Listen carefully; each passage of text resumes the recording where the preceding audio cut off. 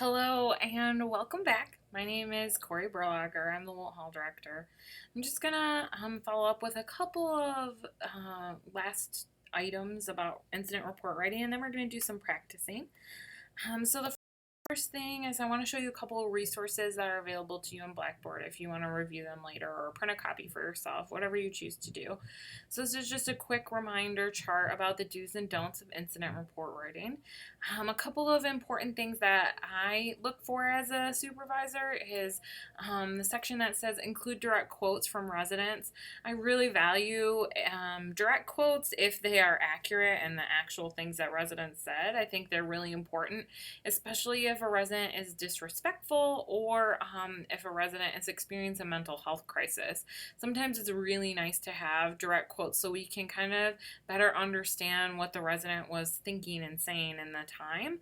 And on the flip side of that, one of the reasons you would want direct quotes over a generality is you would not want to write something that says residents were rude or residents were disrespectful. That's an opinion, and it's a lot easier if we have the direct quote so that we can kind of see exactly what the resident was doing and saying that made them disrespectful or made them rude.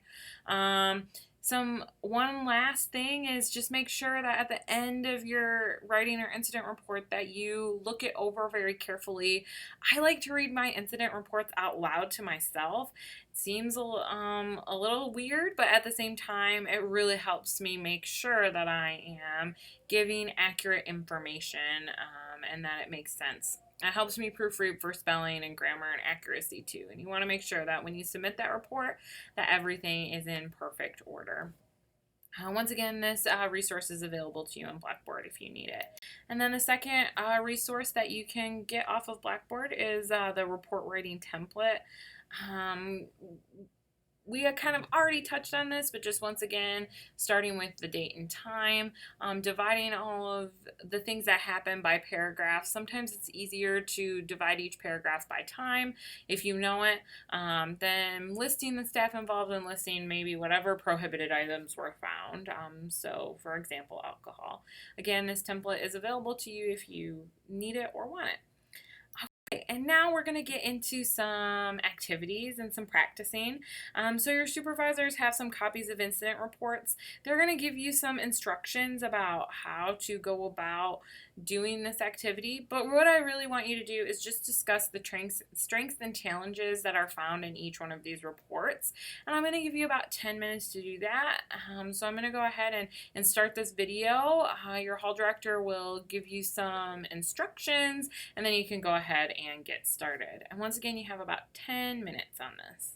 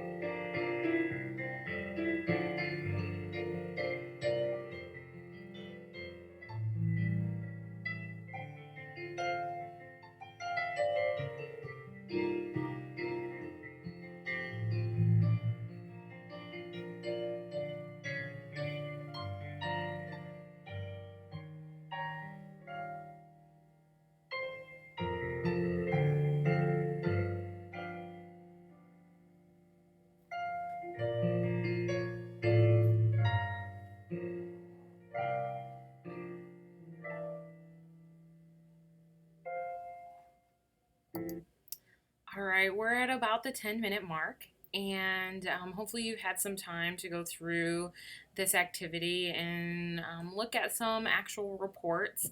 And I hope that your supervisor was able to provide some guidance as to what were the strengths and the challenges, and hopefully some of the returners in the room were able to as well.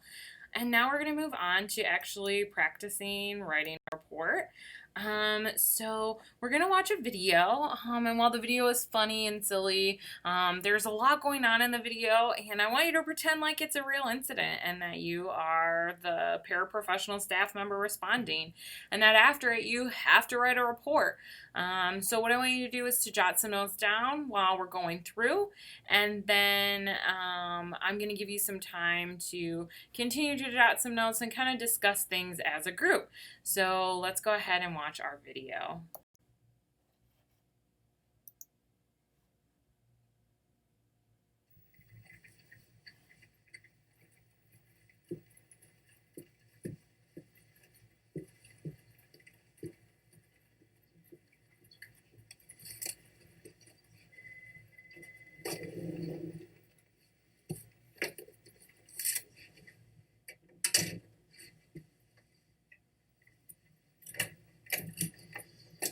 Last week I gave a fire safety talk, and nobody paid any attention.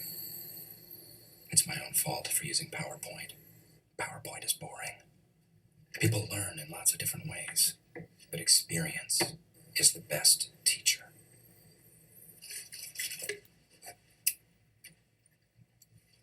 Today, smoking is going to save lives.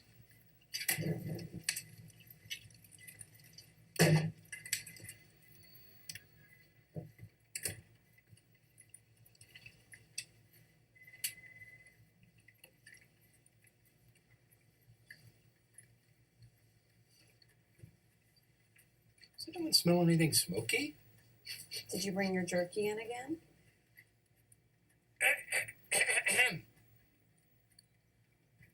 Oh my god! Oh my god! Fire! Oh, fire! Oh my goodness! What's the procedure? What do we do, The people? bullets are dead! Oh, how did that happen? It's out in the hall. No, we don't know that. The smoke could be coming through an air duct. Oh my God! Okay, it's happening. Everybody stay calm. What's the Everybody procedure, stay calm. everyone? What's the procedure? Stay calm. Wait. Calm down. No, Michael, no! Touch the handle. If it's hot, there could be a fire in the hallway. What does warm mean? Oh my gosh, try to the door. Not a viable option.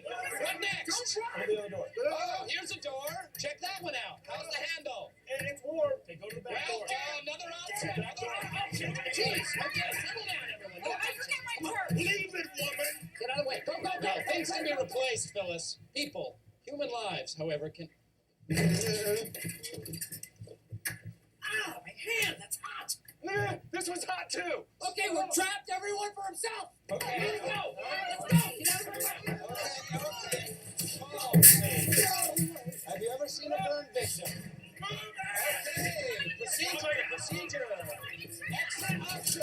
Where do we go, folks? Use a what to cover the mouth? A what? A rag. A damp rag, perhaps. Let's remember those procedures. What are the options? Okay, that's the wrong way. We've already tried that. Remember your exit points. Exit points, people. What's next? Huh? Stay alive. I'm getting help. Pull me up! You're too heavy. I only weigh 82 pounds! Say bandit! How about 911? Anyone? 911.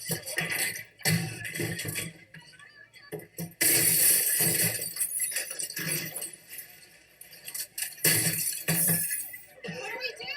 Use the surge of fear and adrenaline to sharpen your decision making. Okay, I am not dying here. Come on. What is that? The fire's shooting at us. What is the name of the You're trying to.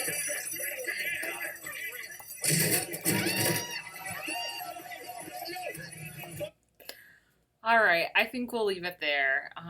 It's a very silly and funny clip, but what I want you to do now is to take the next 5 minutes to go over your rough draft, go over the notes that you've made, kind of create your own little report, and then discuss as a group.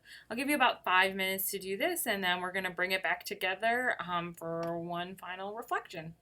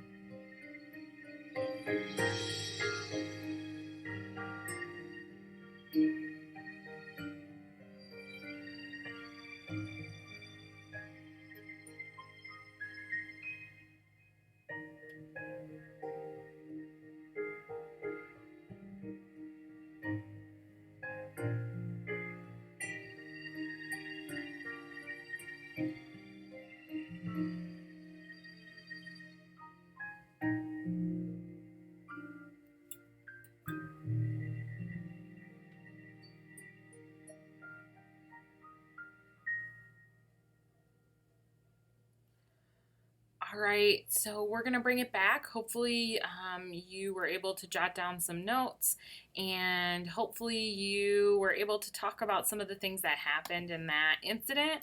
But I just want to review. Did you get all the pieces of the incident? Did you figure out what the cause of the fire was and write that in your report? Where the fire started and the path of the fire? Did you catch that there was some vandalism happening in this incident? There was an unauthorized pet that wasn't approved, wasn't supposed to be there. Were there other unauthorized items that you saw throughout the video? Were there additional fires, maybe from some unauthorized firecrackers? Did you get any direct quotes of things that people were saying? So these are just some things to be thinking about as you are writing that report. Did you get everything that happened? Did you catch all of the different pieces? And did you make sure that all of those pieces were reflected in your report? It can be difficult to sometimes make sure that you get everything, and that's why it's really important to jot down some notes and to really take time when writing your report.